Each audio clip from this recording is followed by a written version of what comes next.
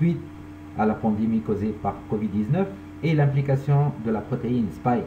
dans la pathogénicité et la virulence du virus,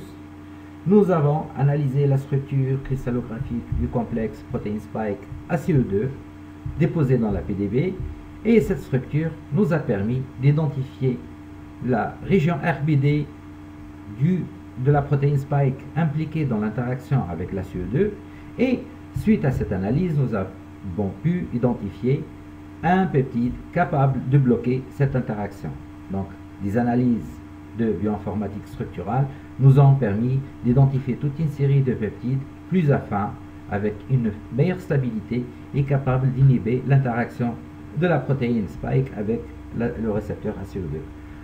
En plus, nous avons pu identifier la région de la protéine Spike impliquée dans le clivage et la fusion du virus avec la cellule hôte. Donc, cette région, nous avons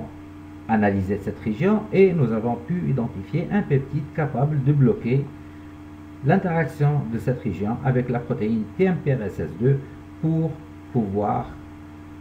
ou pour permettre au virus de fusionner avec la cellule. Donc, ces deux peptides ont été identifiés et nous avons conçu une chimère reliée par un polyéthylène-glycol qui permet à la fois d'inhiber l'interaction avec la CO2 et l'interaction avec la TMPRSS2. En plus de ce travail, nous avons pu identifier la région du virus impliquée dans l'interaction avec la protéine ACE2, et nous avons modélisé la structure tridimensionnelle de la TMPRSS2 et nous avons conçu des peptides capables de bloquer le site catalytique de cette enzyme. Ces deux peptides conçus nous ont permis de faire une autre famille de peptides chimères capables d'interagir avec la cellule et d'empêcher le virus d'entrer. En plus de ça, nous avons pu identifier deux peptides spécifiques à la protéine Spike. Ces deux peptides peuvent être utilisés dans un test de diagnostic, donc à faible coût et avec une très grande spécificité. Ces peptides conçus doivent être synthétisés, bien sûr,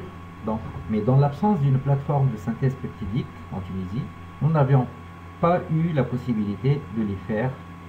et une telle installation d'une plateforme de synthèse peptidique devient vraiment une urgence et permettrait dans le futur d'agir rapidement. Donc tous ces travaux sont déposés en projet fédéré en Tunisie, en collaboration bien sûr avec nos collègues de l'université de Sfax,